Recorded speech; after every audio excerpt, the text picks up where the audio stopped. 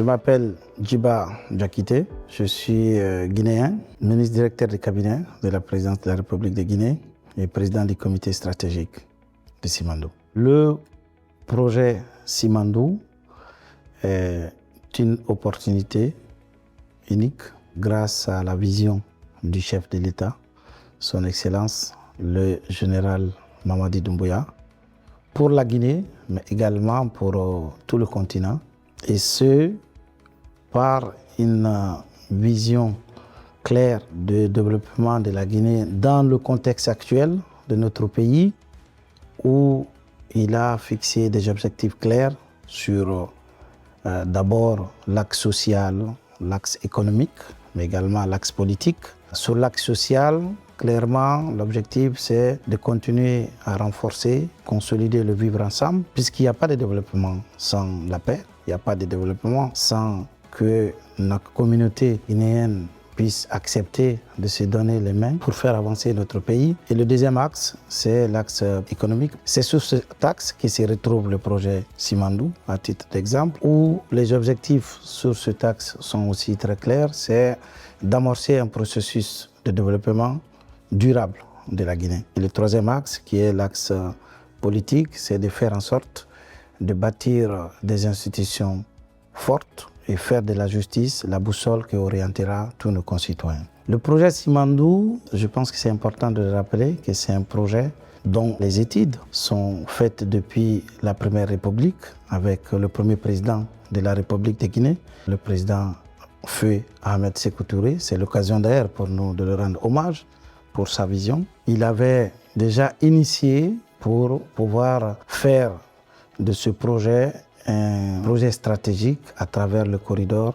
Simandou pour développer la Guinée. Après le président Ahmed Sékou Touré, tous ceux qui ont suivi, jusqu'à le président, son Excellence, le général Mamadi Doumbouya, qui a aussi initié, dans la continuité des efforts de la République, de faire de ce projet un levier important, une espèce de catalyseur pour amorcer un processus de développement durable. Simandou, c'est d'abord les mines, les blocs 1 et 2, qui sont aujourd'hui attribués à un consortium singapourien, Winning Consortium, et son partenaire stratégique, Bao, qui est le géant chinois de l'acier.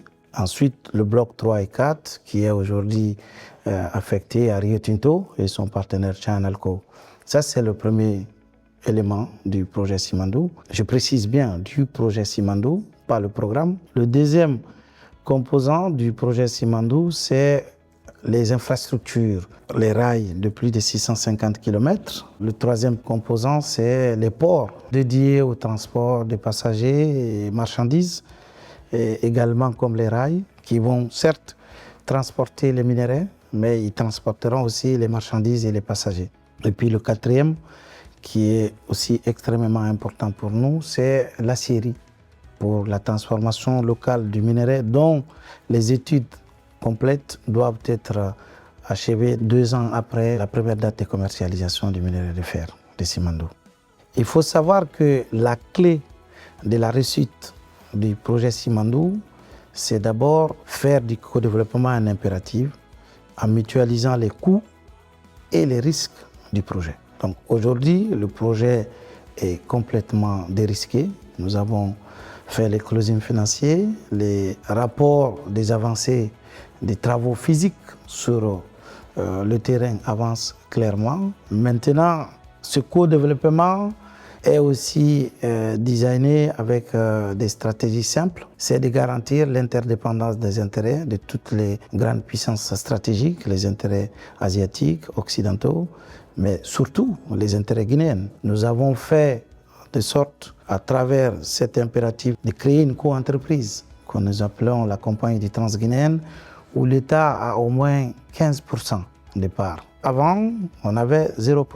Ça, c'est l'innovation que le chef de l'État, avec sa vision de co-développement, a apporté au projet.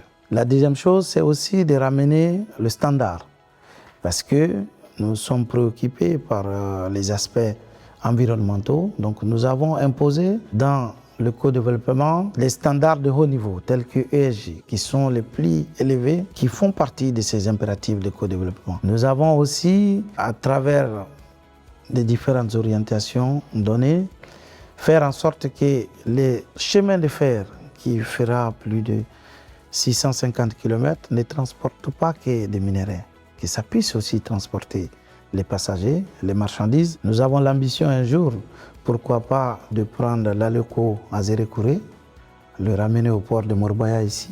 Pourquoi pas le pomme de terre de l'Abbé, le connecter à travers un transport de marchandises, l'amener au port ou vice-versa. Mais l'infrastructure de Simandou, c'est aussi le situer comme non seulement qui va permettre de désenclaver, parce qu'au-delà des rails, il y a également des projets de construction de routes, de nouvelles villes, de nouvelles zones économiques, qui se situera comme une infrastructure clé, qui fera de la Guinée un hub logistique, qui fera de la Guinée demain un pays clé dans la sous-région, pourquoi pas sur le continent, puisque nous avons accès à la mer, nous avons notre autonomie. Ça fait maintenant plus de 60 ans que la Guinée bat sa monnaie, le franc guinéen.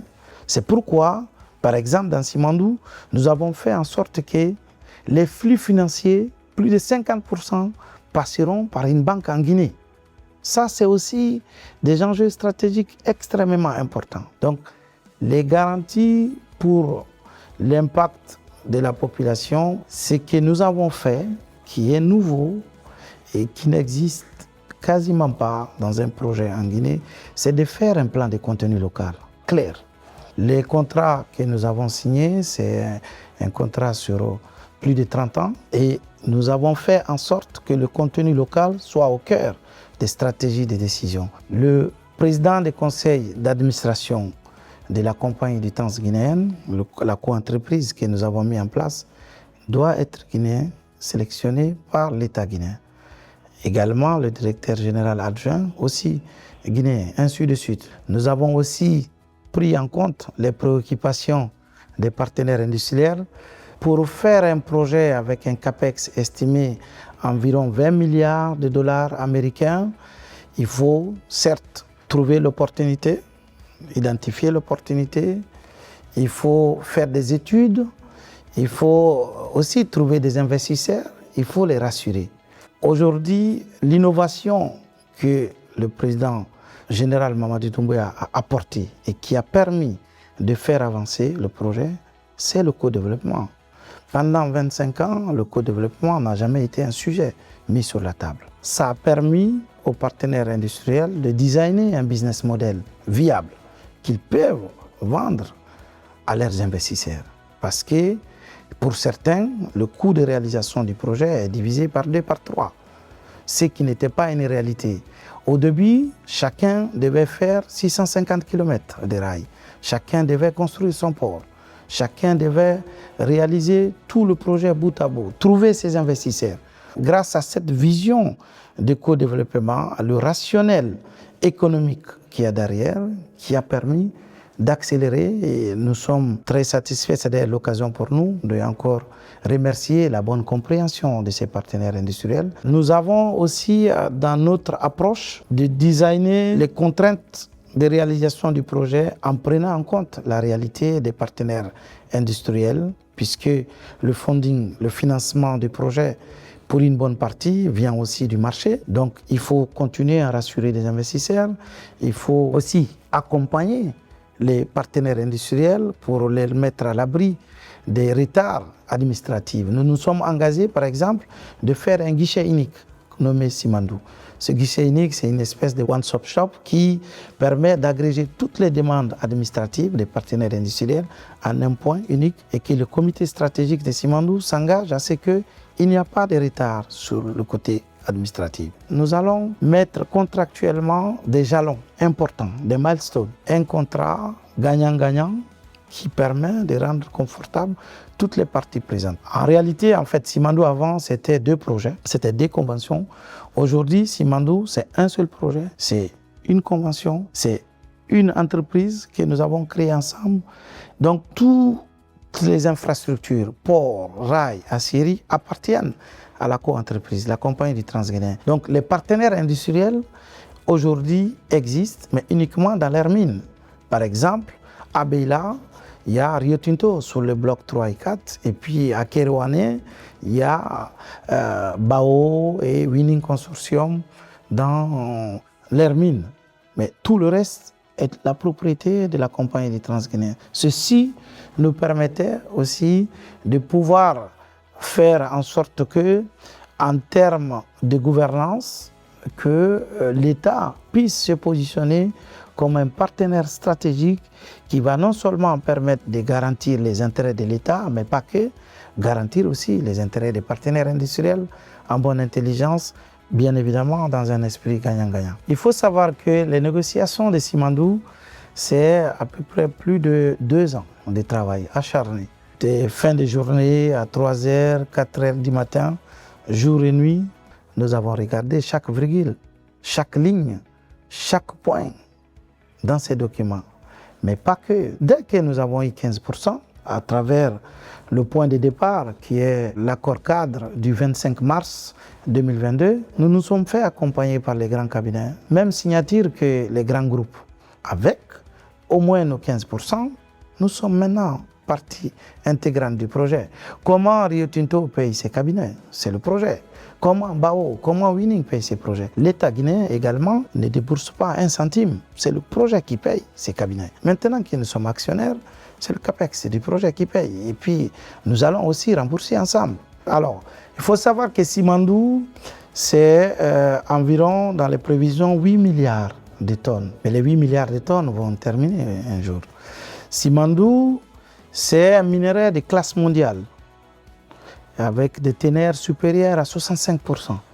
Les minerais qui sont actuellement sur le marché sont largement inférieurs à la qualité du minerai de Simandou. Il faut savoir que Simandou va contribuer à la décarbonisation de l'économie mondiale par la qualité supérieure de la ténère du minerai. L'innovation qui rend, de mon point de vue, cette aventure humaine du jamais vu, c'est aussi le fait que Simandou permet aujourd'hui de mettre les différentes cultures d'entreprise au sein d'une maison commune qui est la compagnie du Transguinéen, CTG, dont nous sommes en train de travailler tous les jours pour pouvoir opérationnaliser. Donc l'aventure humaine, au-delà des défis, au-delà des challenges, c'est aussi cette richesse culturelle qui nous réunit.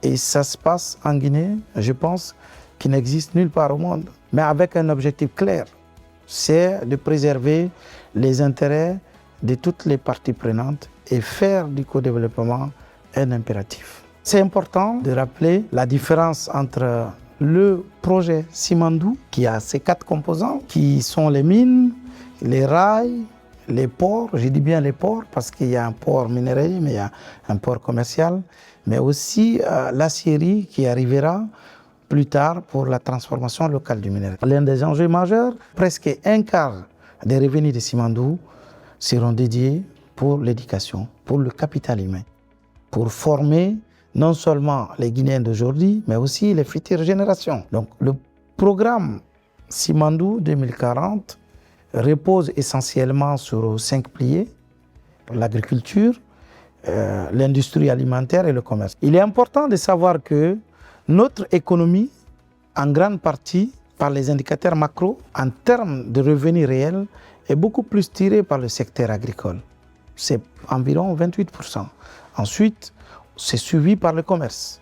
Le commerce est suivi par les autres secteurs. Donc, contrairement à ce qu'on pourrait penser, la Guinée n'est pas forcément ce pays minier dont on parle. C'est pourquoi nos stratégies sont orientées vers les secteurs clés qui nous apportent de la valeur ajoutée pour le bien-être de la population. Vous l'aurez compris, notre préoccupation, ce n'est pas les mines.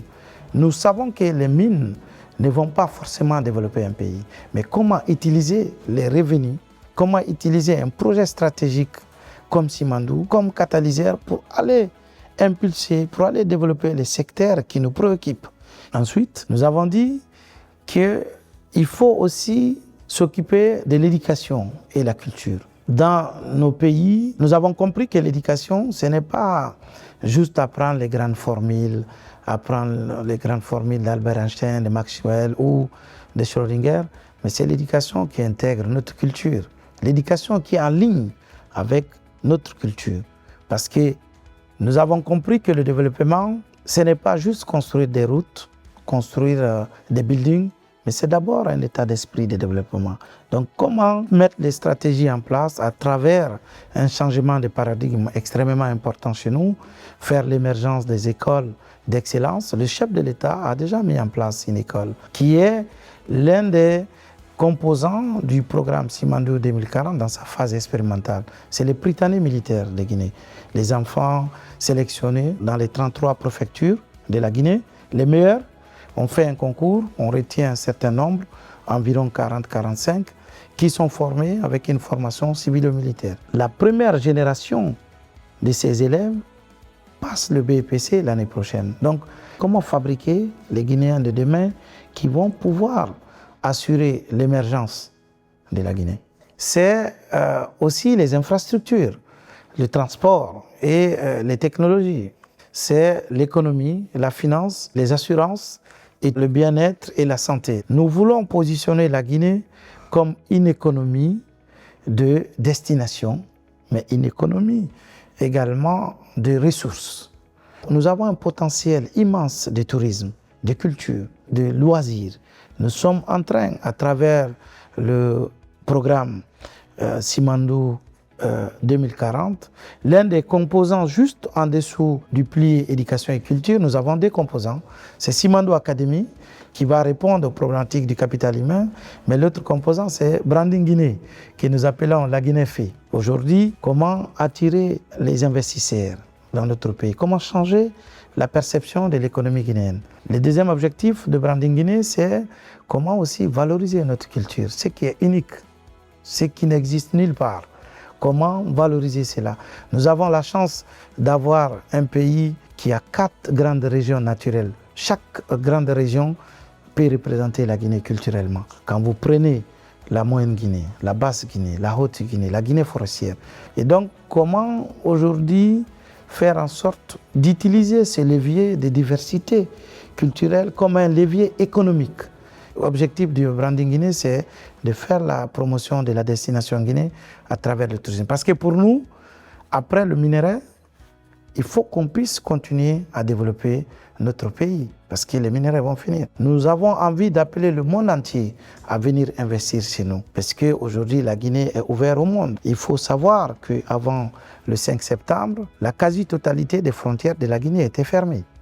C'est grâce au chef de l'État que dès le lendemain du 5 septembre 2021, que nous avons ouvert toutes les frontières. Et jusqu'à aujourd'hui, le pays avance avec toutes les dispositions prises, que ce soit sur l'axe sécuritaire, mais surtout, ce qui nous préoccupe le plus, c'est comment continuer à montrer cette nouvelle Guinée qui montre chaque jour qu'un projet comme Simandou peut se faire en Guinée. 20 milliards de CAPEX US dollars. Ça témoigne pour nous la confiance que le monde entier porte au président de la République. Ça montre que le monde entier porte leur confiance à la vision du chef de l'État pour injecter 20 milliards dans notre économie. Je pense que c'est des aspects extrêmement importants que nous continuons à travailler. Maintenant, l'œuvre humaine n'est pas parfaite. Nous continuons avec un objectif clair d'améliorer tous les jours les aspects du quotidien du Guinée. Notre préoccupation, c'est de mettre le peuple au cœur du programme de développement Simandou 2040.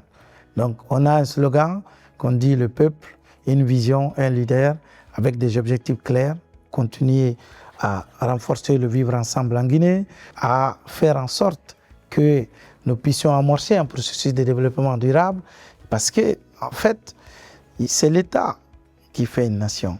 Donc, nous sommes en train de travailler aussi pour changer le paradigme sur ces aspects-là. Ce qui est important, c'est l'état d'esprit du développement que nous devons d'abord donner à notre administration. Parce que finalement, la population va suivre l'État. ce n'est pas juste le fait que nous avons des populations, je dis, qui ne savent pas juste lire et écrire dans une langue, mais nous avons des populations qui sont cultivées, qui ont des valeurs. Maintenant, nous sommes conscients aussi que nous vivons dans un monde actuellement où les problématiques, les enjeux stratégiques auxquels nous sommes confrontés dépassent la Guinée. Nous avons la chance d'avoir un président qui est aussi un panafricain convaincu. Pour lui, les infrastructures de plus de 650 km vont pouvoir contribuer certainement pour la Guinée, parce que ces infrastructures traversent les 4 régions naturelles de la Guinée, mais ils vont aussi pouvoir contribuer à l'intégration de la sous-région. Comment réfléchir à la convergence aussi des différents programmes de développement de la sous-région? Est-ce qu'un jour, nous ne pouvons pas réfléchir de comment connecter ce corridor aux autres pays de la sous-région et pourquoi pas le continent pour avoir un corridor économique non seulement sous-régional mais continental. Aujourd'hui, nous sommes en train de réfléchir de comment faire des vraies routes stratégiques commerciales. Un point important, on puisse utiliser une bonne partie de ces recettes, les placer dans un fonds souverain. Et que ce fonds souverain nous permettra de pouvoir aller chercher de l'argent moins cher sur le marché des capitaux ou d'utiliser comme collatéral, comme garantie pour aller financer des projets stratégiques structurants dans le pays. Et puis, bien évidemment, nous utiliserons une partie pour accélérer le développement économique de la Guinée. Donc, pour continuer sur l'aspect sous-régional, comment positionner la Guinée comme un hub logistique? Nous avons des projets qui vont au-delà de Simandou. Nous sommes en train d'affiner les réflexions pour faire un port en eau profonde.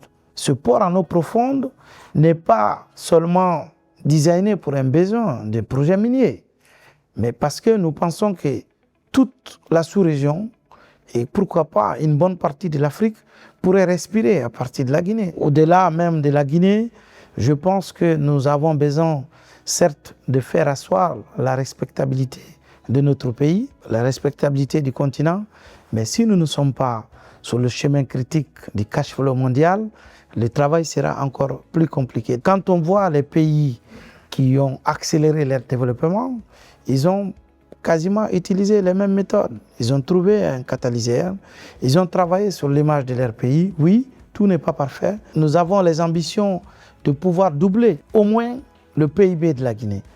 Quand on regarde les impacts aujourd'hui sur l'économie guinéenne, la résilience, les indicateurs macroéconomiques de la Guinée qui sont au beau fixe sont en grande partie tributaires aujourd'hui des effets induits de Simandou. Simandou, en termes d'impact, c'est au moins 50 000 emplois répartis, que ce soit des emplois directs ou indirects. Simandou, c'est aussi des millions de contrats signés au-delà des chiffres économiques. C'est aussi une aventure humaine, c'est des grandes puissances dont stratégiquement le président Doumbouya a fait le choix de pouvoir designer Simandou dans un esprit d'interdépendance des intérêts. Donc un engagement ferme, une détermination, un leadership fort.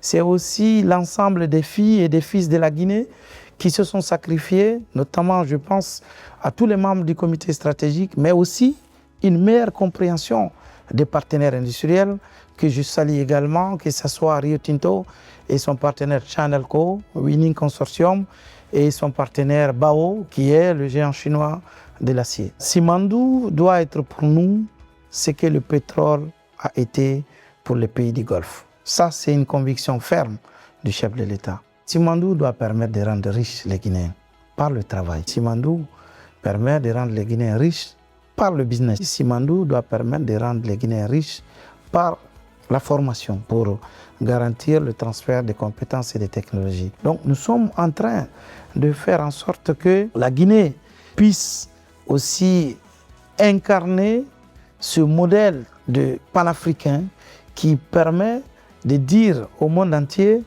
que l'Afrique n'est pas le continent de demain, c'est le continent de maintenant. Que la Guinée n'est pas le pays de demain, c'est la Guinée de maintenant que nous sommes en train de construire.